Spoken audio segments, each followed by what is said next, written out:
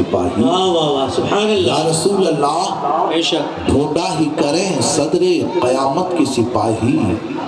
وہ کس کو ملے جو تیرے دامن من میں چھپا، واہ واہ سبحان اللہ، وہ کس کو ملے جو تیرے دامن میں چھپا ہو۔ اور یا رسول اللہ مٹی نہ ہو برباد پس مرگ الہی، مٹی نہ ہو برباد پس مرگ الہی، جب خاک اڑے میری مدینے کی ہوا ہو۔ سبحان اللہ سبحان اللہ، شاباش حسن اور چمکتی سی غزل پڑھ، شاباش حسن اور چمکتی سی غزل پڑھ، دل کھول کے آئینے ایماں کی چلا ہو، سبحان اللہ سبحان دل اللہ، کھول کے آئینے ایماں کی چلا ہو۔ اور صدیق کا تقابل مت کیجئے کسی سے، صدیق کا تقابل مت کیجئے کسی سے، کچھ بات ہی الگ ہے اس مرد با وفا کی، سبحان اللہ کچھ سبحان بات اللہ، ہی الگ ہے اس مرد با وفا کی۔ اور پروانے کو چراغ تو بلبل کو پھول بس، پروانے کو چراغ تو بلبل کو پھول بس، صدیق کے لیے خدا کا رسول بس، سبحان اللہ سبحان صدیق کے اللہ، لیے خدا کا رسول بس۔ محترم حضرات، نبی کریم صلی اللہ علیہ وسلم کی اس دنیا سے تشریف لے جانے کے بعد، میرے پیغمبر علیہ الصلوۃ والتسلیم کے پردہ فرجا جانے کے بعد، حضرت ابو بکر کی صداقت نظریہ اسلام پر اپنا کام کرتی رہی، عمر کی عدالت نظریہ اسلام کو دنیا کے سامنے پیش کرتی رہی، عثمان کی سخاوت رسول اللہ کے در سے محبت کا پیغام دیتی رہی، علی کی شجاعت میدان وفا میں اسلامی ہنر پیش کرتی رہی، امام حسنین کریمین کا صبر و تحمل رسول اللہ کے نظریات کو واضح کرتا رہا۔ حضرات، اور دیگر انبیاء و مرسلین کے اس دنیا سے تشریف لے جانے کے بعد ان کی تعلیمات کو، ان کے پیغامات کو ان کی امتیوں نے مسخ کر دیا، تباہ و برباد کر دیا، اور ان کی تعلیمات آج اپنی اصلی صورت میں نہیں ہے۔ حضرت موسیٰ علیہ السلام، حضرت عیسیٰ علیہ السلام، جتنے بھی انبیاء و مرسلین تشریف لائے، جب تک وہ ظاہری زندگی سے اس دنیا میں رہے، تب تک ان کی تعلیمات، ان کے درس و تدریس اور ان کے قانون اور ان کی شریعت، ان کے آئین پر عمل ہوتا رہا۔ اور جب وہ اللہ کے مقدس نبی پیغمبر اس دنیا سے چلے گئے تو ان کے فالورز، ان کے چاہنے والے، ان کے متبعین نے اپنے نفس کی باتیں اس میں شامل کر دی۔ آپ ذرا دیکھیں، اللہ کا کلام انجیل مقدس ہے لیکن آج وہ اپنی اصلی صورت میں نہیں ہے۔ اللہ کا کلام تورات شریف ہے لیکن وہ آج اپنی اصلی صورت میں نہیں ہے۔ اللہ کا کلام زبور شریف ہے لیکن وہ اپنی اصلی صورت میں نہیں ہے۔ تو ان کے چاہنے والوں نے، ان کے متبعین نے، ان کے ماننے والوں نے نبی کے جانے کے بعد ان کی شریعت میں طبیعت شامل کر دیا، ان کے آئین کو، ان کے دستور کو، ان کے قانون کو بدل دیا،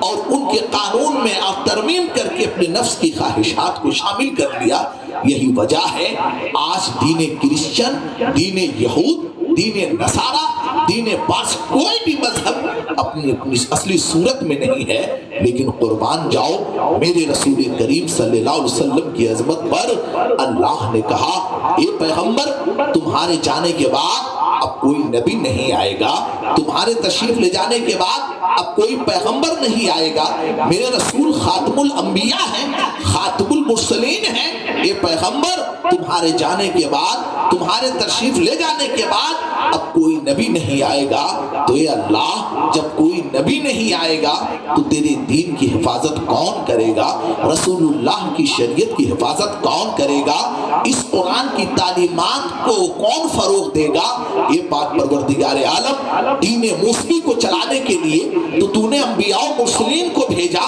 ایک نبی کے بعد دوسرا نبی، دوسرے نبی کے بعد تیسرا نبی۔ الغرض دین موسمی کو چلانے کے لیے انبیاء و مرسلین کی ایک طویل فہرست موجود ہے، انبیاء و مرسلین آتے رہے، لیکن اے پاک پروردگار، تو نے اپنے آخری محبوب، آخری نبی، آخری پیغمبر، آخری رسول کے دین کو چلانے کے لیے انبیاء و مرسلین نہ بھیج کر نبوت کا دروازہ ہی بند کر دیا، رسالت کا دروازہ ہی بند کر دیا۔ اے لوگوں، اب نبی کی نبوت کے بعد کوئی نبی نہیں ہے، اب رسول کی رسالت کے بعد کوئی رسول نہیں ہے۔ اے پاک پروردگار، جب کوئی نبی نہیں آئے گا، جب کوئی رسول نہیں آئے گا، تو آخر تیرے رسول کے دین کی حفاظت کون کرے گا؟ تیرے مذہب کی حفاظت کون کرے گا؟ تو مشیت نے کہا لوگوں گھبرانے کی ضرورت نہیں ہے۔ اے لوگوں، جو کام میں دین موسوی کو چلانے کے لیے انبیاء و مرسلین سے لے رہا تھا، وہی کام دین محمدی کو چلانے کے لیے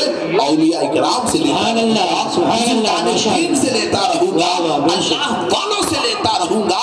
جو کام بنی اسرائیل کے انبیاء و مرسلین نے کیا ہے، وہی کام میرے رسول کی امت کے اولیاء اللہ کرتے رہیں گے، بزرگان دین کرتے رہیں گے، یہ تمام اولیاء اکرام کرتے رہیں گے۔ ہم نے نبوت کا دروازہ بند کیا ہے، رسالت کا دروازہ بند کر دیا ہے، لیکن ولایت کا دروازہ نہیں بند ہوا ہے۔ قیامت کی صبح تک اولیاء اکرام، بزرگان دین، مجددین آتے رہیں گے، کفر و شرک کے تابوت میں آخری کیل ٹھوکتے رہیں گے اور اس کا سدباب کرتے رہیں گے، کفر و شرک کا جنازہ نکالتے رہیں گے۔ حضرات، آپ نگاہ اٹھا کر دیکھیں، میرے رسول کے اس دنیا سے تشریف لے جانے کے بعد حضرت ابو بکر صدیق رضی اللہ تعالیٰ عنہ منصب خلافت پر جلوہ گر ہوتے ہیں۔ باہر انبیاء و مرسلین کے بعد حضرت ابو بکر صدیق، آپ کا کیا مقام ہے؟ حضرات، اللہ تبارک و تعالیٰ کے بعد سب سے بڑا مقام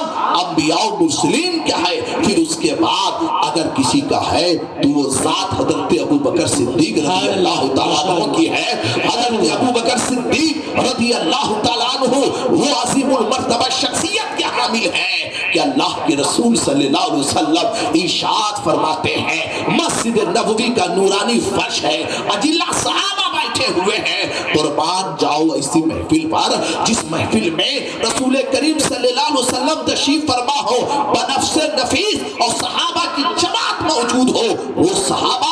جن کی قربانی لامحدود ہے، وہ صحابہ جن کی قربانی اتنی لامحدود ہے اس کی کوئی حد بندی کی ہی نہیں جا سکتی، وہ صحابہ جنہوں نے قیصر و کسریٰ کی دیوار کو اور قیصر و کسریٰ کے تاج کو خاک میں ملا دیا، وہ صحابہ جنہوں نے دریائے دجلہ کی سینے کو چیر دیا، وہ صحابہ جنہوں نے انطاکیہ پر اسلام کا پرچم بلند کر دیا، وہ صحابہ جنہوں نے کفر و شرک کا جنازہ نکال دیا، وہ صحابہ جو منبر پر کھڑے ہو کر ساریہ کو آواز دے دیں، وہ صحابہ جنہوں نے رسول اللہ صلی اللہ علیہ وسلم کے دین کی بقا کے لیے اپنے جگر کا لہو سمو دیا ہے، اپنی گردنیں کٹا دی ہے، اپنے گھر کو قربان کر دیا ہے، وہ صحابہ اکرام جن کا یہی فرمان تھا، یا رسول اللہ نبی کا حکم ہو تو کود جائیں ہم سمندر میں، نبی کا حکم ہو تو کود جائیں ہم سمندر میں،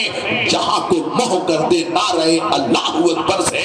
یا رسول اللہ یہ مشرک کیا ہے، حکم ہو ہم شیروں سے لڑ جائیں، سنانے نیزہ بن کر سینے باطل میں گڑ جائیں، وہ صحابہ اکرام کی مقدر جماعت جنہوں نے سب کچھ نثار کر دیا۔ حضرات، آج کچھ لوگ ہمارے بیچ میں ہیں جو اپنے آپ کو اہل بیت اطہر کا محب کہتے ہیں، لیکن صحابہ اکرام کی توہینی کرتے ہیں، صحابہ اکرام کو حقیر سمجھتے ہیں، صحابہ اکرام کی تذلیل کرتے ہیں، صحابہ اکرام کی توہینی کرتے ہیں۔ سن لو کان کھول کے، جس طریقے سے انبیاء و مرسلین کی توہین کرنا کفر ہے، اسی طریقے سے 1,24,000 صحابہ اکرام کی توہینی کرنا کفر ہے۔ اسلام میں اس کی کوئی جگہ نہیں ہے، کوئی بھی صحابہ ہو، صحابہ اکرام بارگاہ رسالت کی بربردہ ہے، صحابہ اکرام بارگاہ نبوت کے فیض یافتہ ہے۔ صحابہ اکرام پر انگلی اٹھانے کا مطلب یہ ہے کہ تم ذات رسول پر، تعلیمات رسول پر، نگاہ رسول پر انگلی اٹھا رہے ہو۔ وہ صحابہ اکرام نبی فرماتے ہیں اگر تم احد پہاڑ کے برابر سونا راہ اسلام میں خرچ کر دو تو بھی میرے صحابہ کی ایک نیکی کے مقابلے میں نہیں پہنچ سکتے ہو۔ وہ صحابہ اکرام جن کی قربانیاں لامحدود ہے، آج صحابہ اکرام پر تیر و تشنیع کے تیر چلاتے ہو۔ آؤ ذرا دیکھو حضرت سیدنا علی سے لوگوں نے پوچھا یہ مولا کائنات شیر خدا آپ کے دور میں جو خلفشار ہے انتشار ہے مسلمانوں کی صفوں میں جو قتل و قتال جنگ و جدال ہے آپ سے پہلے جو خلفائے ثلاثہ رہے ابو بکر صدیق فاروق اعظم عثمان ذو النورین ان کے دور میں یہ انتشار نہیں تھا ان کے دور